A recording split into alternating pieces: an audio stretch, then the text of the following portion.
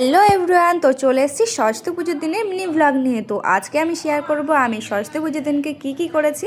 তো এই দিনকে সরস্বতী পুজো ছাড়াও আমার কিন্তু বেস্টির বিয়ে ছিল। তো প্রথমে আমি সকালে উঠে স্নান করে অঞ্জলি দিয়ে নিয়েছিলাম। এরপর আমি আর ঈশিতা মিলে চলে এসেছিলাম পূজাদের বাড়িতে, আর এসে দেখি ওর কিন্তু বৃদ্ধি শুরু হয়ে গেছে। তারপরে আমরা সবাই মিলে চলে গেছিলাম জল সইতে যাওয়ার জন্য। এর কিছুক্ষণ পরেই দেখলাম যে ছেলে বাড়ি থেকে গায়ে হলুদের তত্ত্ব নিয়ে কিন্তু চলে এসেছে। তারপরে আমরা ওখান থেকে চলে এসেছিলাম একটুখানি ঘুরু করতে। আর আমরা এসেছিলাম আজকে ঠাকুরনগর এই রোডে। আর এই রোডে তো এত জাম হয়ে গেছে কি আর বলবা। তোমরা কারা কারা সরস্বতী পুজোর দিনে ঘুরতে গেলে আমাকে কিন্তু কমেন্ট করো। এরপর তো আমরা চলে গেছিলাম বাড়িতে, আর বাড়িতে গিয়ে তাড়াতাড়ি করে রেডি হয়ে চলে এসেছিলাম বিয়ে বাড়িতে। আর আজকে আমাকে আর ঈশিতাকে কেমন লাগছে অবশ্যই কিন্তু কমেন্ট করে জানিও। আর এটা ছিল বিয়ে বাড়ির সামনের যে গেটটা হয় সেটা, তো খুব সুন্দরই সাজিয়েছিল। আর এই দেখো, এটা হচ্ছে আমাদের ব্রাইড, আর আমাদের ব্রাইড কিন্তু সেজে গুজে বসে গেছে একদম চেয়ারে। এরপরে আমরা একটু চলে গেছিলাম কফি খেতে, আর কফি খেয়ে এসে দেখি যে বরযাত্রী চলে এসেছে।